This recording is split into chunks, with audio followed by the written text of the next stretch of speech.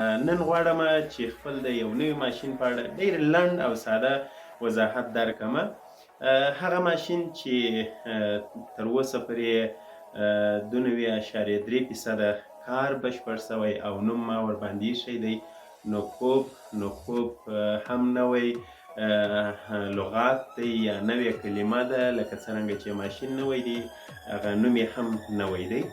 نو په ټوله کې خلاصه یې همدا ده چې یعنې له یو مغز څخه یوه پوښتنه کوي همدا ماشین.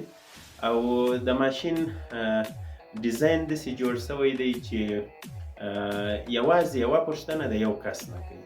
ډېر ساده دی او ډېر عادي دی. کله چې غواړئ د ماشین ستاسې څخه پوښتنه وکړي، لومړی باید تاسې 30 افغانۍ ورکړئ.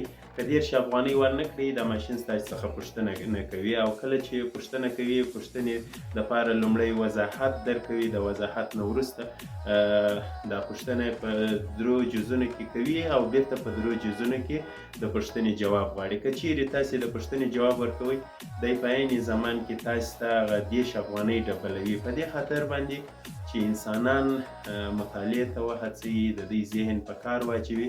ځکه موږ اوس وختو کې د انټرنیټ سره په ځانګړې توګه ډېر ټمبل او مخته سوي. کله چې موږ په یو شي سر نه خلاصېږي، مستقیما یوټیوب ته، ګوګل ته، فیسبوک بل ته ځغلو، هلته یې پلټو. نو هر وخت خو زموږ سره انټرنیټ نه وي.